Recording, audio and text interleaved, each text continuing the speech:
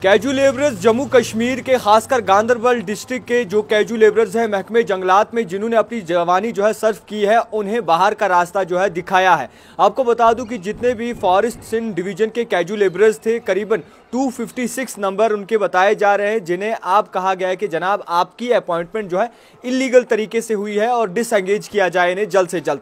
हमारे साथ इस वक्त बातचीत करने के लिए मौजूद है जम्मू कश्मीर कैजू लेबरर्स फ्रंट के सरबराह सजाद परे साहब। इनसे जानने और समझने की कोशिश करेंगे कि आखिरकार जिस तरीके से 20 साल काम करके अपनी जवानियां जो है बाकायदा तौर पर वक्फ करके अब जब खाने का वक्त आया, बुजुर्गी का वक्त आया, आराम का वक्त आया, अब कैजू लेबरर्स को कहा जाता है कि आप जनाब इलीगल तरीके से अपॉइंट हुए। हमारे साथ सजाद साहब, इनसे जानने की कोशिश करेंगे। सजाद साहब, इस वक्त 200 करीबन 256 फैमिलीज जो है इस वक्त दरबदर हुई है, जिन्हें एक ठोकर लगी है, सदमा लगा है। कई सारे ऐसे कैजू लेबरर्स हैं जो अभी तक घर नहीं गए, मुंह शक्ल नहीं दिखाई, क्योंकि उनके घर पे अब उनकी वो इज्जत भी नहीं बची है। क्या कहेंगे आप इस ऑर्डर के बारे में? देखिए, 1994 से जो लोग काम कर रहे थे महकमा जंगलात में, अगर हम खासकर महकमा सिंध फॉरेस्ट डिवीजन की बात करेंगे, 94 में वो लगे थे, 250 फैमिलीज को वो चला रहे थे।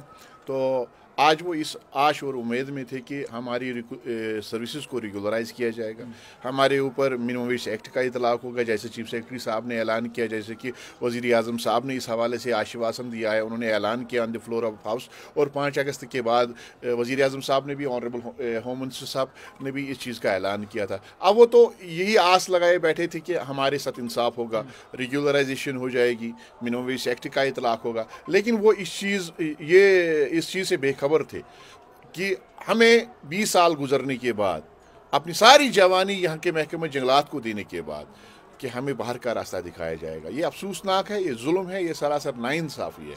अगर आपने देखा होगा कि 1994 में जब यहाँ पे अनरेस्ट चल रहा था, टर्माइल चल रहा था, तो यहाँ के जो ब्यूरोक्रेसी के लोग थे, जो यहाँ के सियासतदान थे, जो रीजनल पार्टीज़ के सियासतदान थे, उन्होंने उस टाइम बाहर की रियासतों में वो क़याम पजीर थे, यहाँ पे आ नहीं सकते थे। मौत के मुंह में अगर किसी को धकेला तो यहाँ के कैजुअल लेबर को, जिसने अपनी जान की कीमत पे यहाँ के महकमा जंगलात की खिदमत की है, या अपनी जान की कीमत पे यहाँ की जंगलात को बचाया है अनरेस्ट में, और उन हालात में उसकी रखवाली की है, वाचन वार्ड किया है।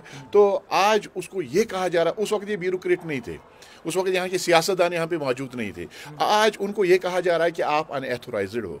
एक सवाल है मेरा यहाँ की ब्यूरोक्रेसी से, जिन्होंने कल ये मीटिंग की, तो उसमें उन्होंने ये कहा कि अब जो सिंध फॉरेस्ट डिवीजन गांदरबल के जो 250 कैजुअल लेबर्स हैं, तो उनको बाहर का रास्ता दिखाया जाएगा। इसी तरीके से उन्होंने ये कहा कि महकमा फॉरेस्ट में, महकमा जंगलात में जो बाकी डिवीजन्स में हैं, उनमें भी ये वेरिफिकेशन की जाए कि एथोराइज्ड कौन है, इलीगली कौन लगे हैं।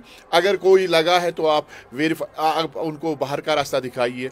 तो मैं उनसे एक चीज़ पूछना चाहता हूँ कि आपने 20 साल किसी से ले लिए, आपने 20 साल उसको खिदमत उससे ले ली, महकमा जंगलात की और जंगलात के पेड़ पौधे उसे लगवाए, जंगलात की हिफाजत उसे करवाई, तो 20 साल आपको ये लगे जज करने में, 20 साल आपको ये चीज़ लगे ढूंढने में कि ये इलीगली लगा है। 20 साल से आप क्या कर रहे थे? बिल्कुल दुरुस्त। तो इसका मतलब ये है कि आप इतने नाकाबिल हो, आप इतने नाअहल हो कि आपको 20 साल लगे एक कैजुअल लेबर को ये परखने में कि आप आइडेंटिफाई करने में कि आप इलीगली लगे हो। 20 साल आपने इसको ट्रेजरी से तनख्वाह दी, तो इसका मतलब है कि उन पे इंक्वायरी हो।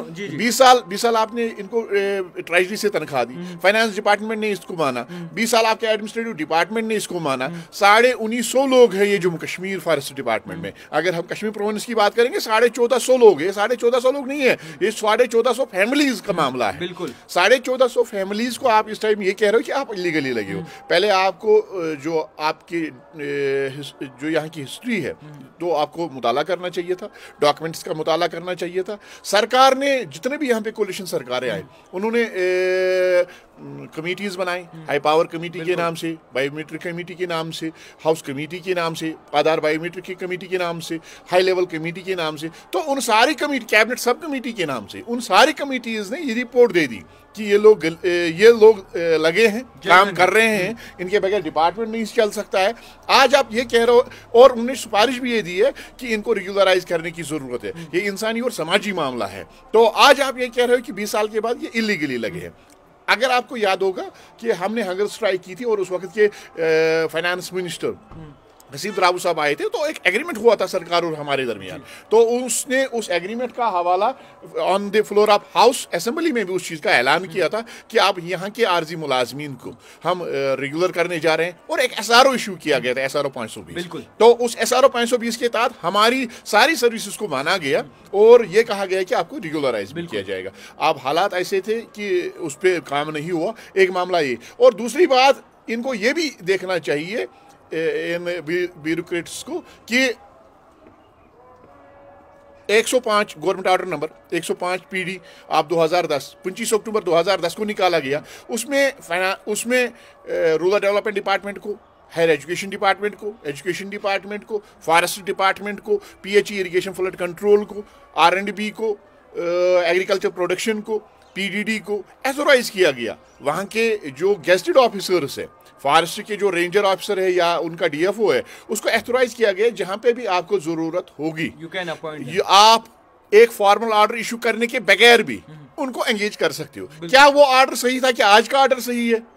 हो क्या रहा है, चल क्या रहा है सजाद साहब? देखिए, आपको लगता है कि ये डेली वेजर्स पे, ये गरीब लोगों पे, उनके पेट पे लात मार के सियासत की जा रही है और उनको बाहर का रास्ता इसलिए दिखाया जा रहा है कि अब यहाँ पे जो बाहर की कंपनियां हैं उनको लाया जा रहा है और उनके जरिए से आउटसोर्स करने की कोशिश की जा रही है। और मैं खासकर गांधरबल के सियासतदानों को, वहाँ के सिविल सोसाइटी के लोगों को, वहाँ के जिम्मेदारों को, वहाँ के जीएस लोगों को, वहाँ के ट्रेड यूनियंस को मैं ये कहना चाहता हूँ, मेरी ये गुजारिश होगी उनसे कि वो खबरदार हो जाए, वो जाग जाए कि गांधरबल के जवान के साथ आज ये हो गया है। 20 साल उसने किसी डिपार्टमेंट में दे दिया, अब वो इस उम्र को पहुंचा कि वो अब काम नहीं कर सकता है, अब वो बुढ़ापे की उम्र में पहुंच गया है, अब वो रेगुलराइजेशन की आश में था, अब वो ये कह रहा था कि रेगुलर हो जाऊंगा, उसके बाद रिटायर हो जाऊंगा, घर जाऊंगा, आराम करूंगा। अब उसको इस उम्र में आप बाहर धकेल रहे हो। आपने यूज एंड थ्रू पॉलिसी इख्तियार की है, उसे काम ले लिया और उसके बाद उसको फेंक दे दिया। ये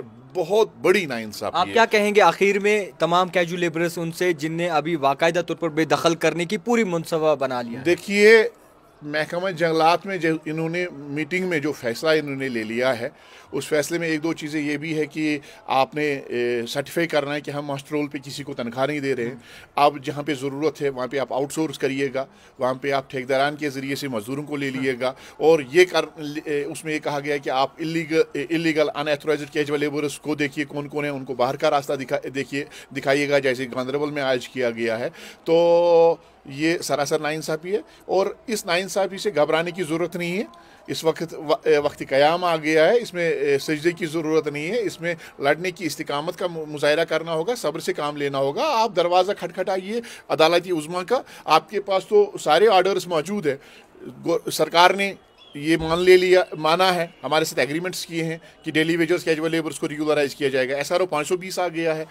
ये खाली इन्होंने नहीं कहा, जो हमारे साहिब का चीफ सेक्रेटरी साहब थे सुब्रमण्यम साहब, उन्होंने भी उस वक्त ये कहा था कि डेली वेजर्स 61,000 को निकालेंगे। लेकिन जब उन्होंने SRO 520 को देखा, जब उन्होंने उसको पढ़ा, तो उसमें जब उन्होंने ये देखा कि डेली वेजर्स की सर्विस को माना गया है, डेली वेजर्स की एंगेजमेंट को माना गया है, ये एक सोशल इशू है, ये एक समाजी इशू है, इंसानी इशू है, तो उन्होंने उस चीज़ को फिर छोड़ दिया, उन्होंने निकालने की बात नहीं की। तो इसके बाद जो ऑर्डर्स वक्तन फ़वक्तन निकाले गए, गवर्नमेंट ऑर्डर नंबर 239F 2005 में निकाला गया, इसी तरीके से PD 2010 में निकाला गया, गवर्नमेंट ऑर्डर नंबर 105 PD आप 2010 में निकाला गया।